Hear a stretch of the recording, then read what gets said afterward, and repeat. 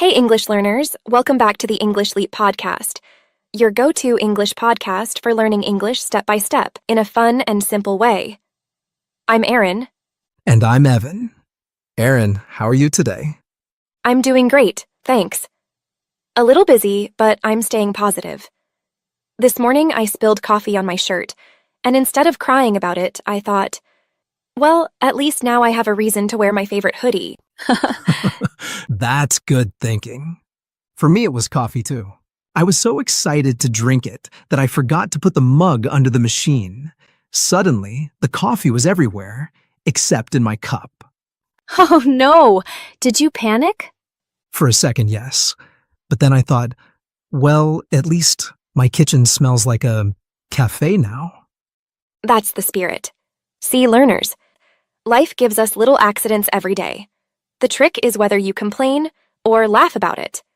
But Erin, have you noticed? Our podcast is never complete without coffee in it. That's true. Somehow, coffee always sneaks into our stories. Maybe that's why so many of our listeners grab a cup before tuning in. Yeah, but you know what, Erin? There's something else that gave me even more energy than coffee this week. Oh? What's that? Our last challenge video, it blew up. We got so many comments, so many likes. Learners from all over the world shouting, "Give us more challenges." Honestly, that kind of response gave me such a boost of positive energy. Yes. You guys were amazing. The energy was unbelievable. People writing, I survived B1. I made it to B2. I pushed through C1. And some brave souls even said, I conquered C2. So here we are with another one. But listen, we expect the same crazy energy again. Keep commenting, keep liking, and let English learners everywhere know this challenge is waiting for them. That's right. And don't be shy. If you stopped at B1, write it proudly. If you made it to C2, brag a little. You earned it. Yes, bragging rights are absolutely allowed. And remember, the comment section is not just for fun. It's your free writing practice. Every time you type your thoughts, you're sharpening your English. And here's a bonus. Many of you asked for it, so we've uploaded a PDF transcript of this episode. You'll find it in the description. Use it to read along, review vocabulary, and shadow the sentences at your own pace. That way, you don't just listen. You practice all 4 skills: listening, reading, writing, and speaking. Perfect. So grab your coffee, put your phone on silent, and get ready. Because today's challenge is about something powerful. A mindset that can truly change how you see the world. The secret power of positive thinking. Or, in simple words, learning to look on the bright side. Yeah, seriously, this topic is close to all of us. Positive thinking is not just about smiling and pretending everything is fine. It's about training your mind to focus on solutions instead of problems. I agree. And that's why we chose it for today's challenge. At first, we'll start simple. B1 English. Then, as the levels rise, B2, C1, C2, the language will get richer, the ideas deeper, and maybe even a little philosophical. That's right. So, let's begin. Level 1, B1 English. Okay, learners, let's start simple. Positive thinking means choosing a good thought instead of a bad one. Instead of saying, I can't do this, you say, I'll try, I'll learn, I can do it. Yes. And notice, the problem doesn't disappear. The exam is still there, the work is still there, but your feeling changes because your thought changes. That's right. It's like a small switch in your head. One thought makes you feel heavy, another thought makes you feel light. Like carrying a backpack. If you say, this is too heavy, I hate it, the bag feels heavier. But if you say, this is exercise, this is making me strong, the bag feels lighter. Same bag, different feeling. That's such a good example. Learners, remember this. Positive thinking doesn't mean the problem is gone. It means your mind says, I can handle this. And you know what? Positive thinking is also about focus. If you always look at the negative side, you miss the small good things around you. Like when you get one mistake on a test. A negative thinker says, oh no, I'm terrible. A positive thinker says, I got many answers right, and I'll fix the mistake. Same test, but two different feelings. Yes. That's why people say, your thoughts create your world. If your thoughts are always negative, your world feels dark. If your thoughts are positive, your world feels brighter. So learners, here's your takeaway. Positive thinking is not about pretending everything is perfect. It's about training your brain to look for solutions instead of problems. Right. And that's level 1, simple, clear, and powerful. Did you survive? If yes, congratulations. But don't relax just yet. It's time for level 2. B2 English.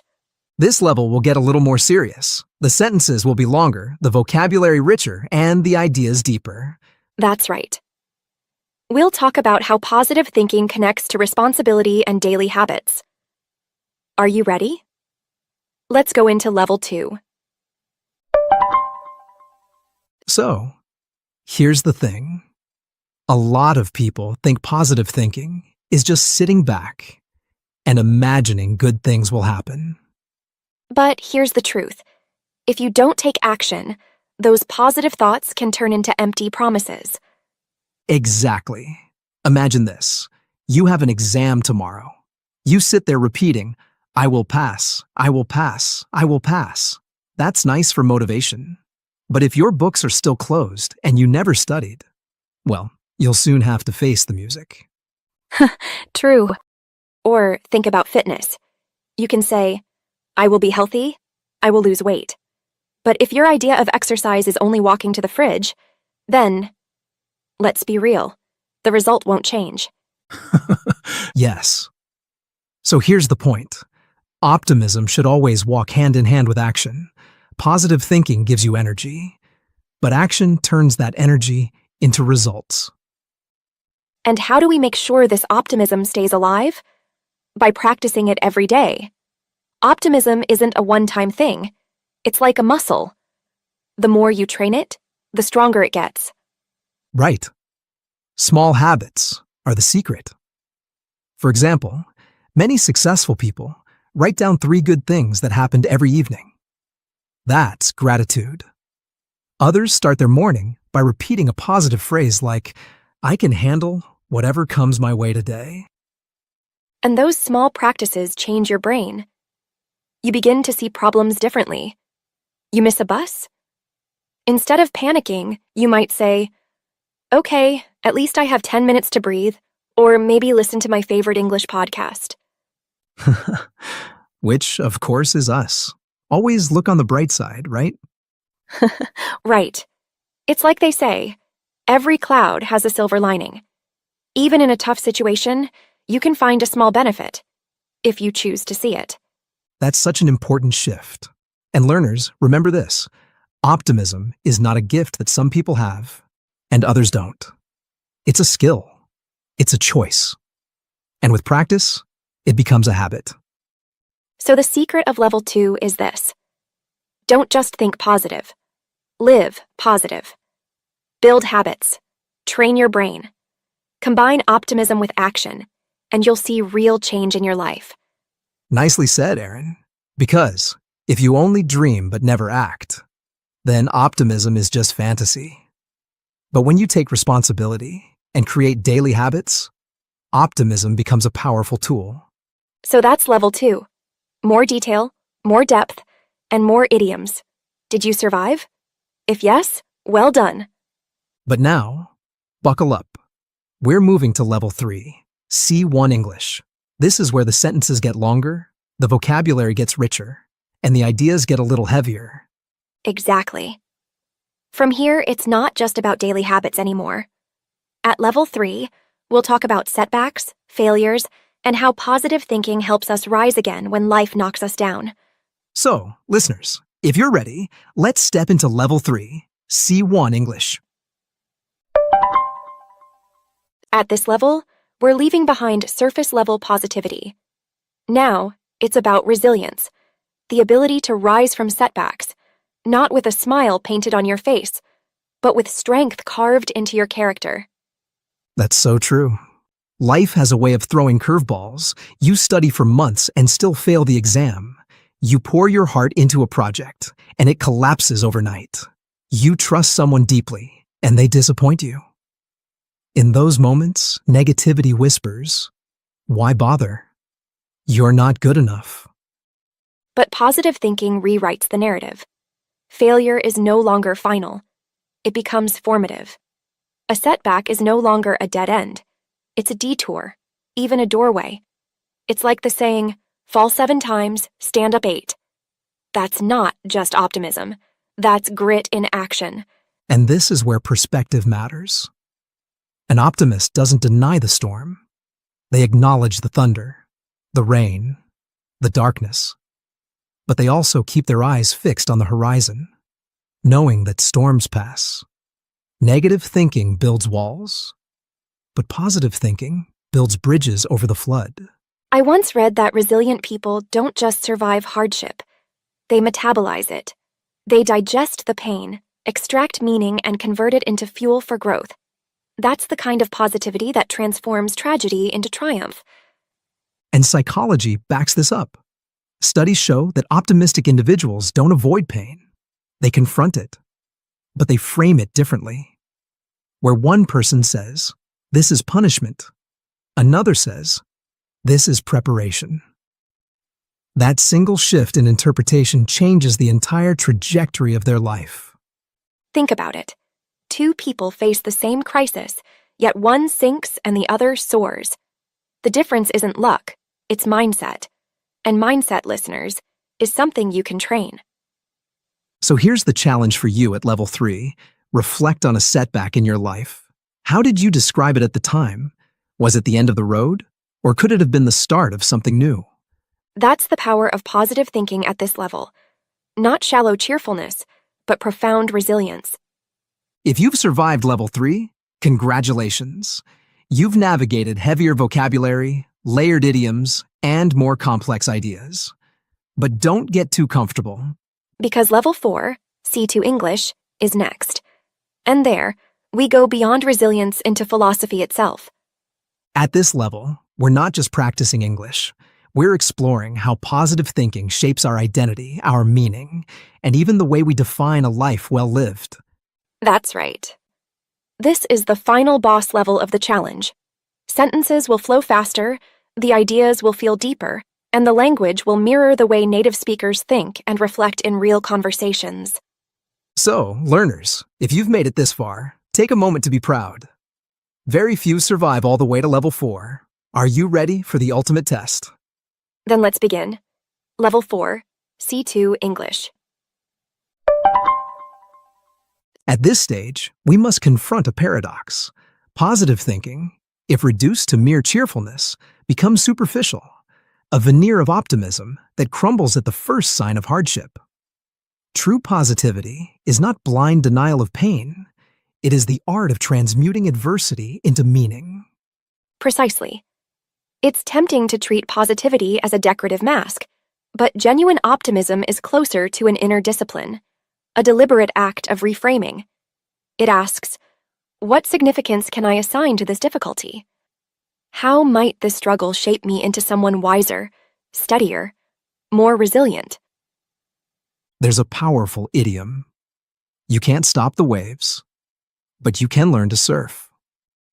The metaphor runs deeper than it seems. Life's turbulence is inevitable. Storms are non-negotiable. But the choice lies in whether we thrash helplessly or discover balance within the chaos. And here is where philosophy intertwines with psychology. Viktor Frankl argued that suffering, stripped of meaning, is unbearable, but suffering with a why becomes endurable. In other words, the mind can transform anguish into growth by attaching it to purpose. Which leads us to a profound truth. Positive thinking is not about predicting perpetual sunshine. It is about cultivating the conviction that even the darkest nights contain constellations. To think positively at the highest level is to recognize that despair and hope are not opposites, but partners in shaping depth of character. That's beautifully said. I often think of life as a tapestry: joy, sorrow, failure, and triumph. Each is a thread. Isolated, the darker strands may seem ugly, but woven together with intention, they create a pattern far richer than perfection alone could offer. That's the point.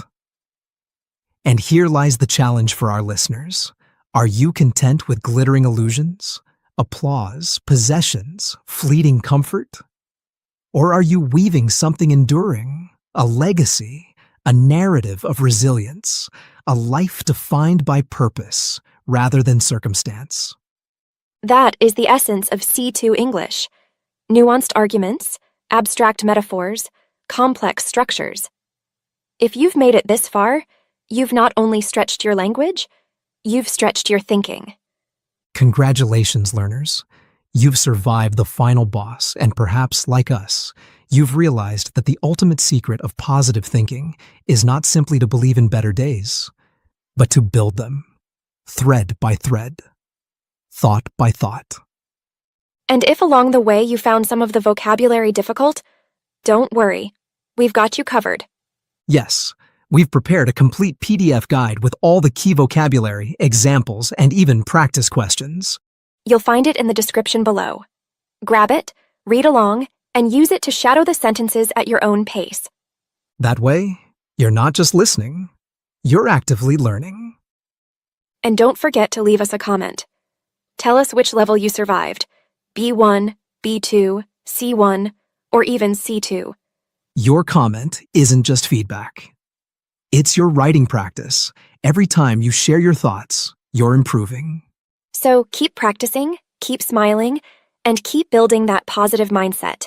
See you in the next episode of the English Leap podcast.